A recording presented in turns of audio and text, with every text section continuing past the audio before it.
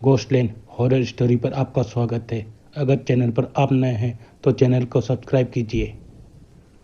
प्रिया अभी अभी 20 साल की हुई थी और वो अपने लिए काम ढूंढ रही थी ताकि वो अपना जेब खर्च निकाल सके।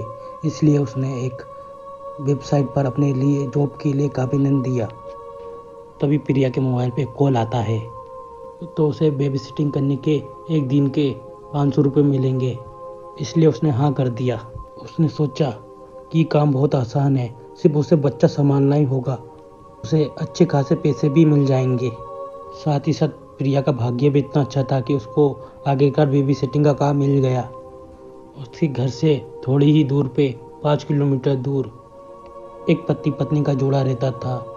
आज ही उन दोनों ने बाहर मूवी देखने का प्लान बनाया था और उनके बच्चों की देखभाल के लिए प्रिया को बुला लिया था।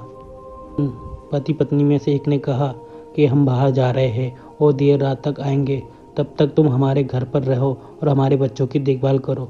ये कहकर वो लोग बाहर चले गए। प्रिया ऊपर वाले कमरे में चले गई जहाँ बच्चे सोए हुए थे। उसने देखा पालने में 2 छोटे छोटे बच्चे सोए हुए हैं। थोड़ी देर तक वो बच्चों के पास बैठी रही।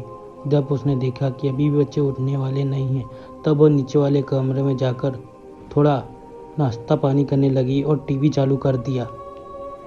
उसे थोड़ी देर टीवी देखते हुए हुआ ही होगा कि तभी उसे कुछ आवाज़ें आती है।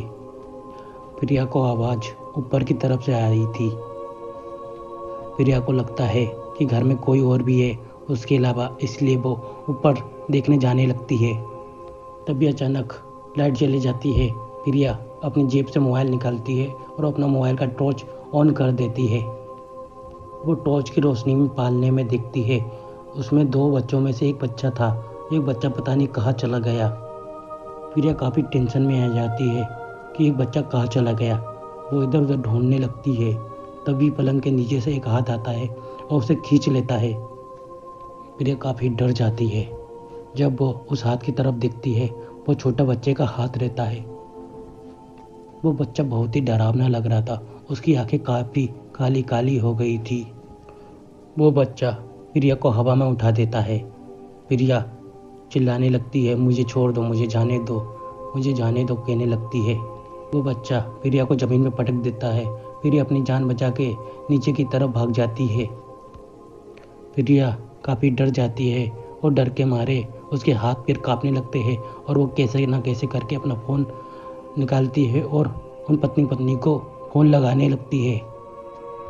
प्रिया के काफ़ी कोशिश करने के बाद भी वो पति पत्नी फ़ोन नहीं उठा रहे थे। प्रिया की धड़कनें काफ़ी बढ़ गई थी। घर में कोई भी नहीं था।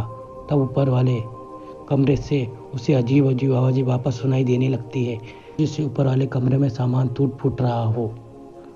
तभी प्रिया को किसी की सीढ़ी से उतरने की आवाज़ सुनाई देती है।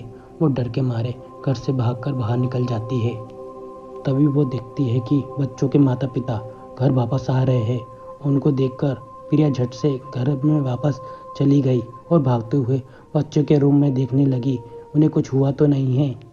प्रिया एकदम से चौंक जाती है। ऊपर वाले कमरे में सब कुछ ठीक ठाक था, जैसे कुछ हुआ ही नहीं हो। प्रिया पूरी तरह से बेचैन हो चुकी थी। तभी उस बच्चे के माता पिता घर में वापस आ चुके थे। प्रिया झट से उनके पास गई और उन्हें सब बातें बताई। उसने बताया, आपके 2 बच्चों में से एक बच्चा भूतिया है। सुनते ही उन्होंने प्रिया से कहा कि तुम्हारी तबीयत ठीक तो है। प्रिया ने कहा, आप ऐसा क्यों कह रहे हैं? उन्होंने कहा कि हमारा केवल एक ही बच्चा है। ये सब सुनते ही प्रिया काफ़ी डर जाती है कि वो भूतिया बच्चा कहाँ से आया और प्रिया बेहोश हो जाती है।